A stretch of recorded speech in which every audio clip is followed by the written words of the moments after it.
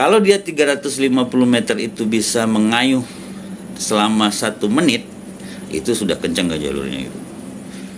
Terserah jumlah kayuan mau berapa, terserah. Kenapa saya bilang 350 meter? Ini berdasarkan data, tapi kalau efektivitas berkayu tentu lebih baik pakai jarak. Misalnya 350 meter dibuat pancang itu 350 meter.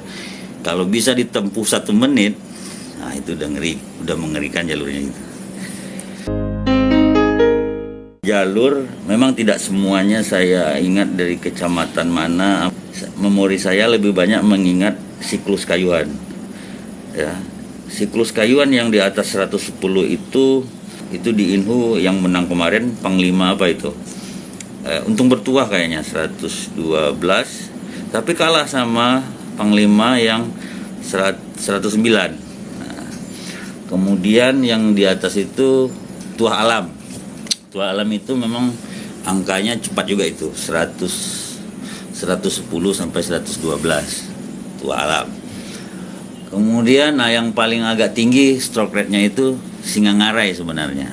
Nah, tapi sepertinya jalur itu dengan 114 itu, saya lihat 114 itu belum mampu ya, belum bisa melewati jalur-jalur yang dalam kayuannya itu 108. Nah, jadi artinya mungkin kawan-kawan di Singangarai ini butuh kayaknya lebih fokus kepada, saya nggak tahu juga ya apakah dayungnya atau kedalaman kayuannya atau berat jalurnya, saya nggak tahu, tapi kayaknya 114 itu secara siklus kayuan sudah sangat bagus ya, tinggal lagi kedalaman kayuan. Kemudian jalur Siluman Buaya Danau juga saya lihat di video kemarin dengan Tuah Alam itu 113 malah, karena memang jalur ini kan gayanya kan dia bisa sprint, dia bisa apa, tapi saya lihat gayanya tetap gaya cepat kayuhan.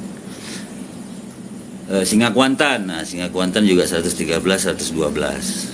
Yang di bawah siklus itu yang bisa menyamai kecepatan kayuhan 112. Ingat ya, saya bilangnya bukan kecepatan jalur, kecepatan siklus kayuhan.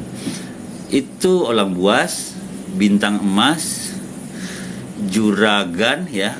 Ya, kalau Panglima Olang Putih ya, itu juga pakai siklus cepat kayaknya.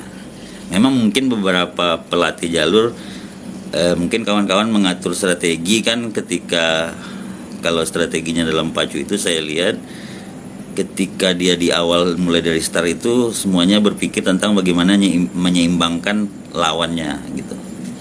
Jadi artinya kayuannya itu bisa lambat sesuai dengan kecepatan kayuan lawannya. Tapi di pancang ke-5, di pancang ke-4, biasanya sudah gas itu.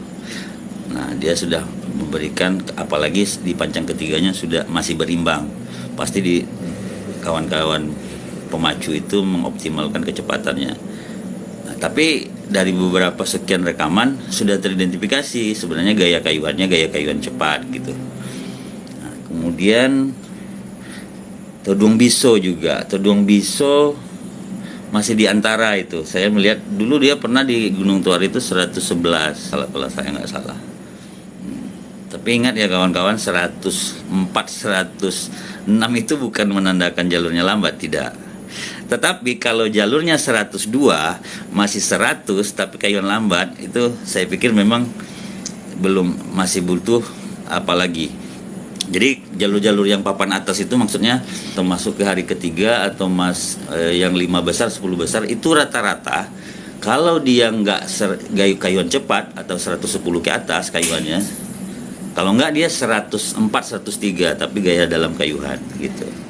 Nah, kalau misalnya 104 itu bisa menyeimbangkan atau mengalahkan 110, nah kita bisa temukan formulanya kan, 108 keseimbangannya gitu. Jadi yang tadinya yang 104 siklus kayuhan berlawan dengan 110, kayaknya ketemunya di angka keseimbangannya di angka 108. Ini relevan dengan kayuhan jalur Narosa Pinal Bukit Embun tahun lalu. Nah, Bukit Embun tahun lalu itu 108. Nah, memang lawannya itu Cakaran ya. cakaran itu tidak saya hitung memang. Ketika kita rekam data, kita punya dapat kesimpulan. Oh, kalau kayuan lambat kayaknya yang 103, 104 bisa mengalahkan tidak jauh ya. Bisa 1 meter atau 2 meter. Jalur-jalur yang 110 gitu. Nah, itu dia catatannya. Kayuan, beda kayuan, tapi hasilnya bisa imbang. Nah, tentu ya kita mengabaikan Pangeran Fortuna Pangeran Fortuna. Nah, ya benar. Tapi justru bisa imbang. Nah, kita mengabaikan jalur ya, kita mengabaikan jalan ya, kita mengabaikan apa. Saya menganggap faktor itu marginnya cukup tidak bisa kita perhitungkan lah itu. Karena harus cari datanya kan, harus nimbang jalurnya. Kan kalau main bola kan tinggi pemain, lebar sepatu, ukuran sepatu udah diketahui, tapi jalur kita kan tidak. Jadi yang bisa kita analisa ya itu jumlah kayuhan.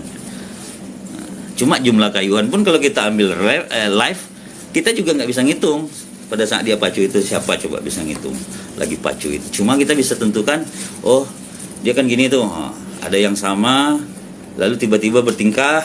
Nah, itu sudah terjadi perbedaan jumlah kayuhan. Lalu sama lagi. Paling kita cuma bisa itu. Kalau kita hitung 1 menitnya, saya yakin saya sudah coba terus tinggal lagi. Hitungannya nggak akurat. Jadi solusinya dia diambil videonya, kita hitung ulang, kita telaah, kita perbandingkan, ya itu solusinya. Dan itu butuh waktu. Jadi mungkin untuk karakter apakah jalur kita itu kita kayu dengan dalam atau kayuhan kita itu kita kayu dengan cepat, itu tergantung teman-teman yang paling tahu jalurnya masing-masing. Kalau kawan-kawan punya jalur, latihan jalur, harus ditemukan feel-nya itu di mana. Jalur kita ini cocoknya kayuhan lambat kah atau cocoknya di kayuhan cepat. Nah, itu kan kayuhan cepat kan ada perumahannya tuh. Kalau gaya kayuhannya cepat 112 saya bilang tadi. Yang juara-juara itu kan 112, 113. Perlu diukur juga jaraknya berapa menit dia bisa tempuh. Tapi kalau hanya kayuannya bisa 104, tapi bisa tempuh waktunya, misalnya rata-rata itu kan 350 meter. Kalau dia 350 meter itu bisa mengayuh selama 1 menit, itu sudah kencang gak jalurnya itu. Terserah jumlah kayuan mau berapa, terserah. Kenapa saya bilang 350 meter? Ini berdasarkan data Bukit Embun.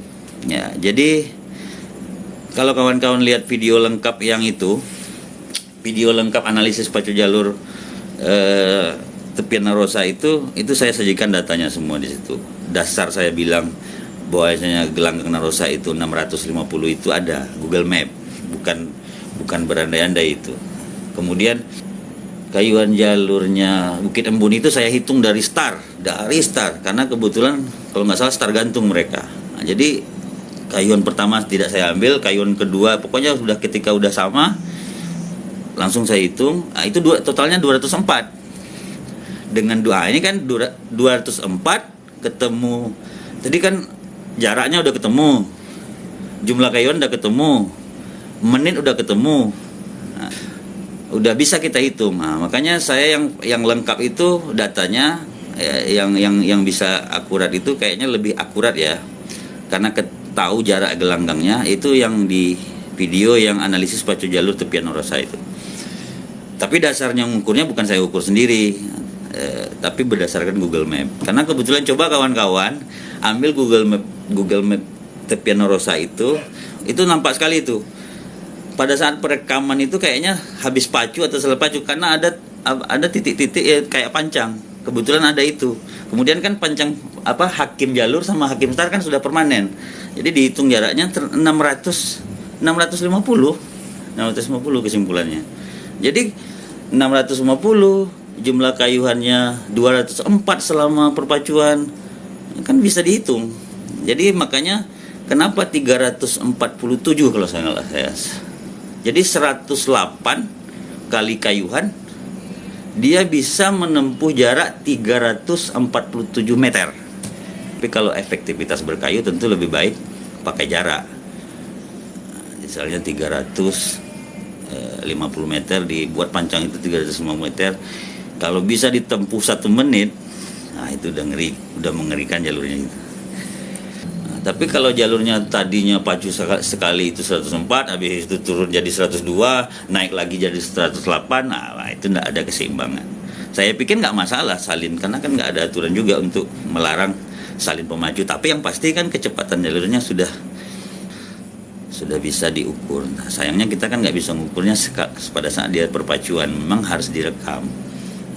Ya, untuk disclaimernya ya, ini hanya pendapat. Saya hanya bicara, saya hanya ngomong berpendapat berdasarkan data-data itu, bukan ya. Kalau punya pandangan yang lain tentu masukan silahkan kita berdiskusi.